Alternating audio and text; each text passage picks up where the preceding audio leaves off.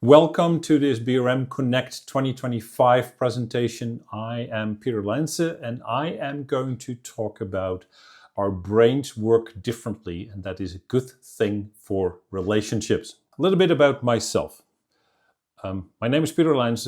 I am a leadership coach with Lead the Pack Consulting. I'm one of the partners of Lead the Pack Consulting. Lead the Pack Consulting is an organization focused specifically on business relationship management. We do a lot of different workshops, certification courses like the BRMP and the CBRM, and coaching.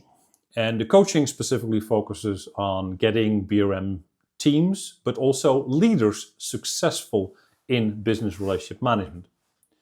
We have written several books. In 2023, we wrote Leading with Impact, which focuses on how to show impact in an organization, how to show value and impact, and how you can use an impact canvas for that.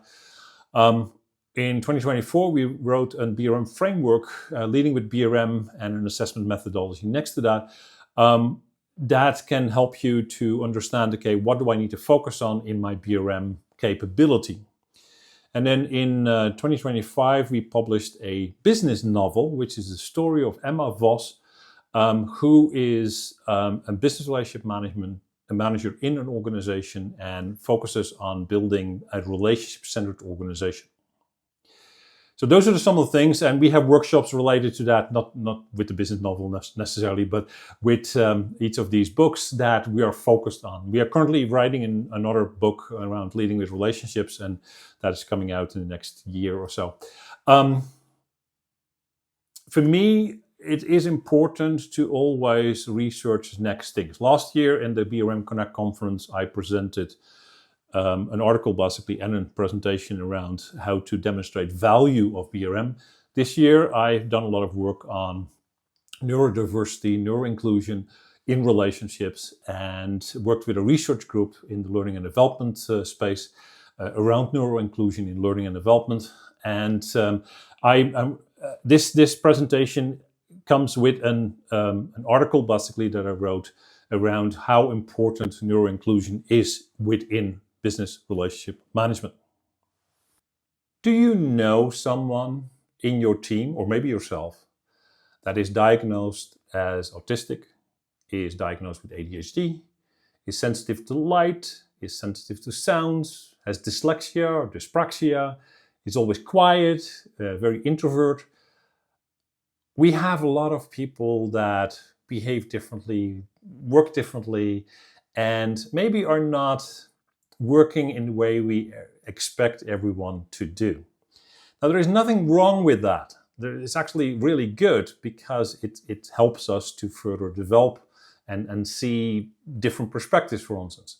And I think everyone has elements of this. I definitely see, based on the research I've worked in, I see a lot of the things that I learned along the way was that I've had that. Yeah, I definitely would have been diagnosed potentially with ADHD, etc. I can see that. I haven't done any self-diagnosis, etc. That's not what I want to do. But I recognize it now. I recognize that I do certain things. And I started to look at how can I actually fix that? Yeah, how can I do things differently? But that is also a little bit of masking. And masking is dangerous because masking basically means I'm pretending that I'm someone else, that I do things in a different way, because then people actually can accept that. And sometimes masking creates this situation where people actually are not putting in their true self. And sometimes you notice that, and sometimes that is really a little bit frustrating sometimes as well. But we also like to be within the norm, yeah? And that's I think, the challenge we quite often encounter. So let's go through a couple of definitions. This is the definition of neuroinclusion. Yeah? This is the authentic inclusion of all cognitive typologies, including neurodivergent people, where people find a sense of genuine belonging without being forced to be like someone else. And I think I like this definition because it basically says, okay, we need to be able to include people, even if they do things differently. Yeah, if their brain works differently, if they have different strengths, if they look at things in a totally different way, or basically work in a different way. Different brains have different strengths. And I think this is so important to understand, that we have a lot of different brains. A lot of people do things differently. And if people can be themselves, even if they're maybe neurodiverse, not the neurotypical, that we quite often say that's the norm, that everyone works within that. But in the neurodivergent side, and we feel difficult because they behave differently, they do things differently, they say things differently. They may be very abrupt, or they might actually go from one topic to another topic and suddenly blurt something out. That is part of this. This is part of managing that in your relationships. And I think this is so important to be able to actually address this, to be able to understand it, to be able to actually see it, that everyone brings something to the table. And the more we bring people together and include them, the better results we're going to get. And that's what this presentation basically is about. Where do we see neurotypical expectations at play in your organization? From a virtual community perspective, I really appreciate that I have the opportunity to also talk to you about this. Think about it. Where do you see that we expect the neurotypical response to everything? So I'll give you a couple of examples. Sometimes you have someone that is sensitive to light, and they want to sit at a certain seat at the table, so that they don't have to look into the light. They would like to have the lights dimmed, etc. But we quite often see we can't do that. We just have the same bright light everywhere, and people don't feel comfortable in that moment. And this is, I think, one of the key things I've seen with working from home for a lot of people, is that we can adjust our environment to how we feel and how we do things. While if we are in an office environment, we quite often the environment we're in that office environment might actually be negatively affecting us, and that could be a challenge. That's one example. Another example, for instance, is someone has always a tendency to just blurt something out that seems disconnected maybe, but it is something that is linked to that, but it's at the wrong time. Now, we quite often then see that from a neurotypical perspective, you shouldn't do that. You shouldn't just blurt things out. You just need to be thinking about it first and then actually say to that. But that maybe is the person. Maybe that person has something that they want to say, but might find it difficult to say it in the right environment. And that is that neurodivergent, where we see this happening. Now, this is not something to say you're not behaving the right way, you should work differently. No, it is about making sure that we understand that their brain works differently, and that it's not an issue, it's more a matter of that they actually will have different ways of actually approaching things. So we see a lot of expectations in how to work, how to interact, how to communicate, how to behave in organizations based on that neurotypical. We all do this. This is the way to actually approach that. The moment you're outside of that, you suddenly are seen as different. And sometimes you don't get included, sometimes you don't get asked to do certain things. So that is part of that neurotypical side, that you need to be understanding that, yes, I can be part of the neurotypical side, but how do I include those people that are maybe outside of that?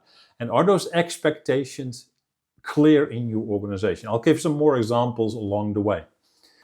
Now, some of you might think, well, there are certain things that we can't accommodate everyone, and that's not fair to others, So I love this image. This is from Ludmila Proslova.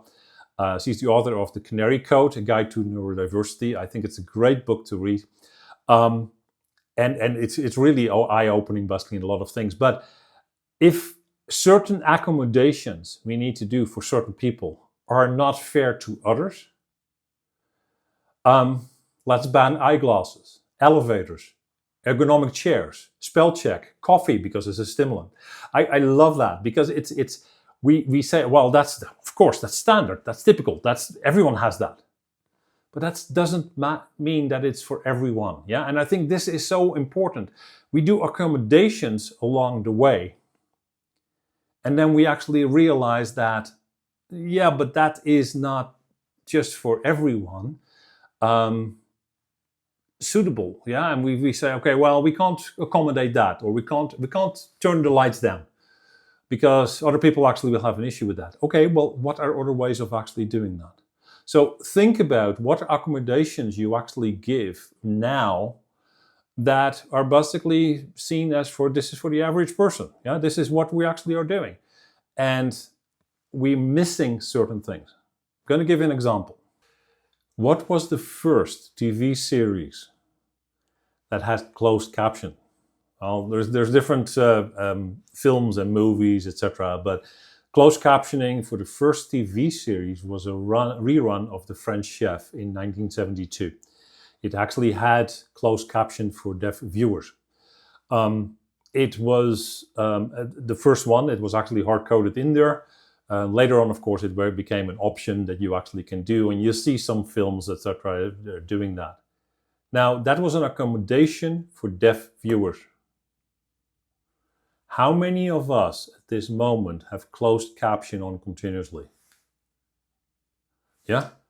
Because we start to depend on it. We start to actually use it. So it was an accommodation for deaf viewers, but now everyone is using it. And I think this is so important. Accommodations we do for neurodivergent can actually help other people as well. Yeah? While if we don't do it, those people actually get excluded. And that's the key part. So think about it. What kind of accommodations can you make for certain people to actually be actively participating in your relationships that makes them feel comfortable? That can help other people as well, because other people might say, hey, this is great as well. And we see a lot of different things like that. I can say I have AI and I do a README file, or I do a transcript, etc. In the beginning, it's like, okay, it's for one person that actually finds this new technology great. And then there's people that actually say, but actually it helps me as well to see what was happening in the meeting, because I scan through the transcript and I basically then know what has happened. That means that if I miss the meeting, yeah, then I have that. But also, if I find that I need more time to think about certain topics, I can now go back to it. So it's an accommodation that helps everyone. And that's so important in relationships. Be open for things that you can add accommodations to for certain people that can help everyone.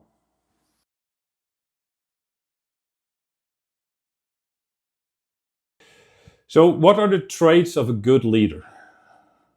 We quite often like to talk about leadership in, okay, this is a good leader. They listen well, they communicate well, they present well, they know how to work with their staff, etc. They're very good for their employees, all those kind of things. And we say that's the average leader, that's the good trait. That doesn't exist. Everyone works differently.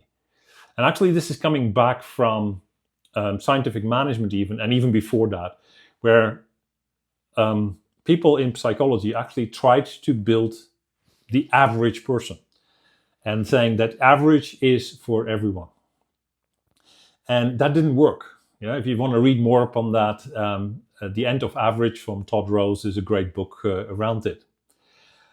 We try to build things for the average person, and it doesn't work. As an example, when you build a car, in the beginning, we would build it for the average person. Yeah, this is what the seat would be.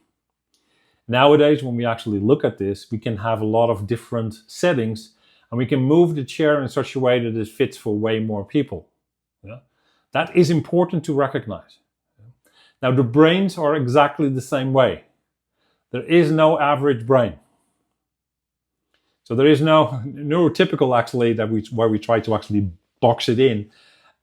It doesn't exist from that perspective. There is no average brain. We need to design in such a way that everyone can be included. That means we should not design for the average, because that leaves out everyone. There is no average. So we need to understand what the differences are in how people actually react. And one of the things is that there's three concepts here. One is jaggedness. Yeah, jaggedness is the strengths and weaknesses people actually have. Some people have certain strengths in certain areas, weaknesses in other areas, etc. And this across different dimensions. If we recognize what their dimensions are, we can actually work through that. We can actually help them to further develop that. Some people might be challenged with mathematical elements and are very good at communication, or the other way around. Yeah. Now we would all see them as someone who works in the organization, but we all have strengths and weaknesses. The other thing is around context. People react differently in different situations. Some people love structured classroom settings. Other people do way better in self-study or in teamwork.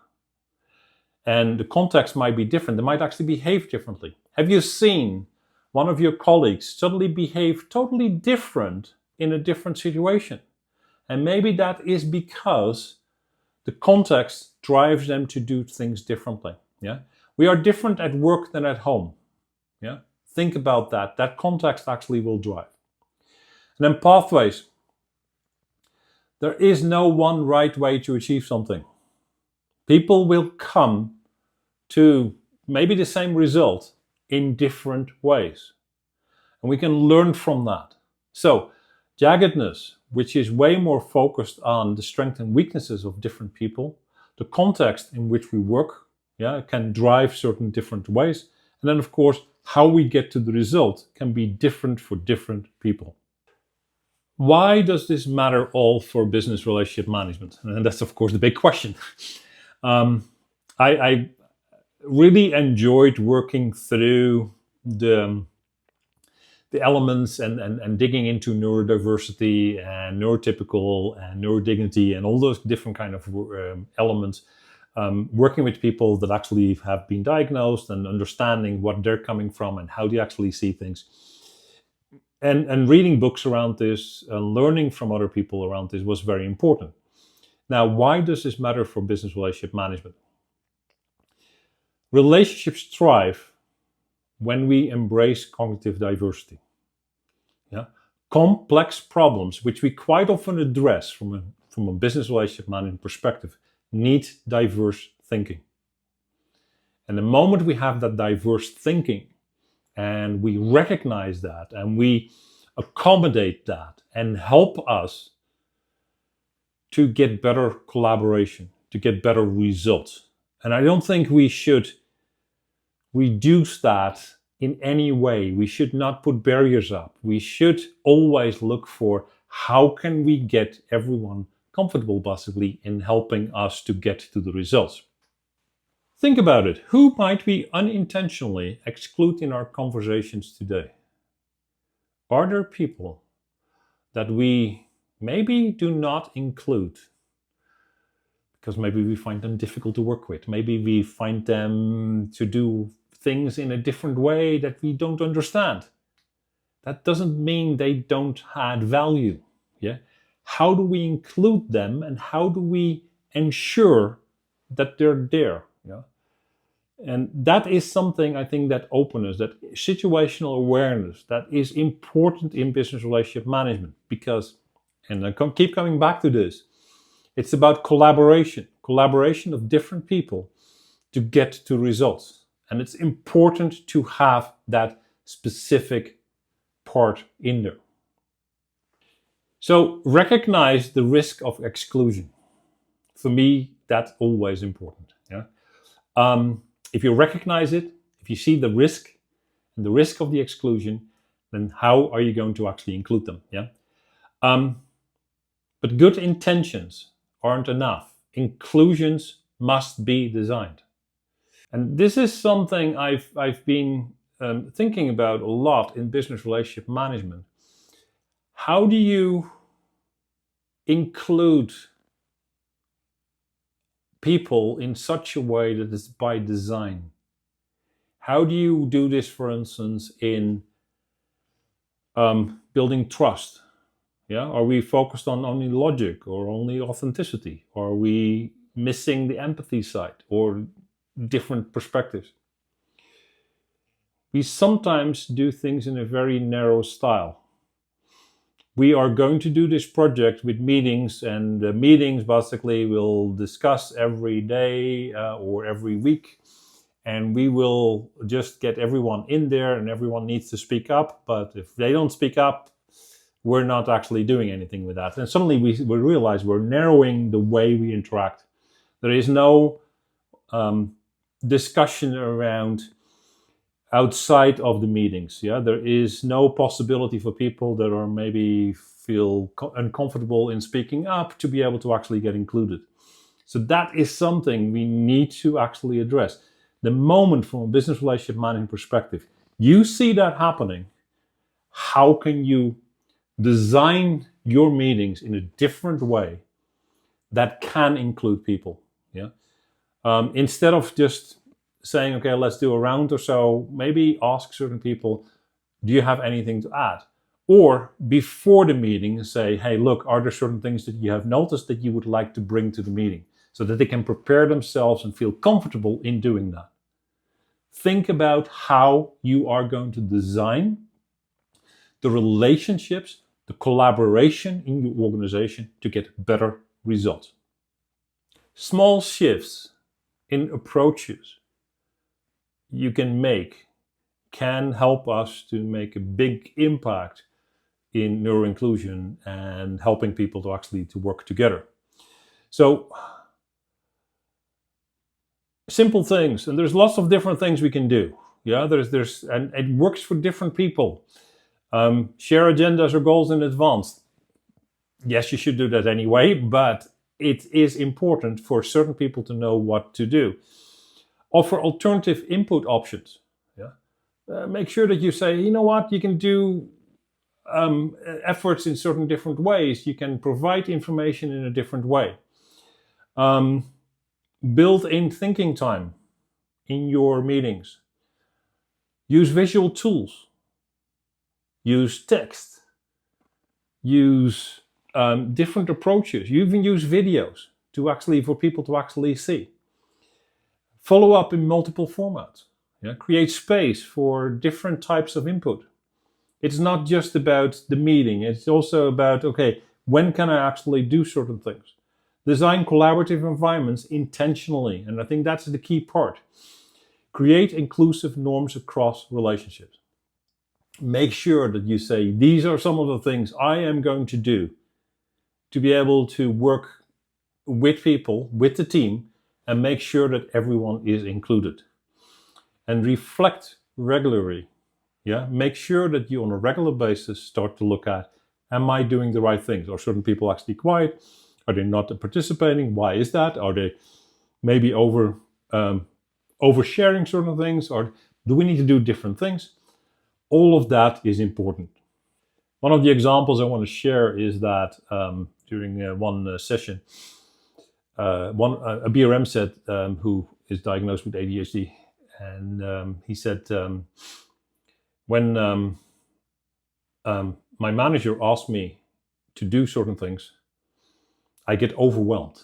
Yeah, I want to see every single perspective of it. Yeah, I want to make sure that all the different perspectives are being seen, and we start to actually look at everything in detail, etc. That's not what the manager wants. So what he has done is ask his manager, can you clearly identify what you want from a result from me? Because otherwise he will go in all different kind of directions and basically build something that is way over the top. Think about it. Do you need to give guidance to certain people about very specifically focus on this or focus on that? And that can help with the collaboration, that can help with the results. So make sure that you recognize that. I want to leave you with this quote. Our brains may work differently. There is no average brain, but together we work better. And I think that is the key part of everything we do. I'm looking forward to hearing comments around this. I will make sure that the article is available for everyone so that you can actually read more on this topic. I'm really thankful that everyone who actually watched this video. I know in a virtual environment there's less interaction, etc., especially with these pre-recorded messages. But if you have any questions, if you want to further discuss this with me or have comments on this, please do so. Yeah, let's keep the conversation going. Thank you very much.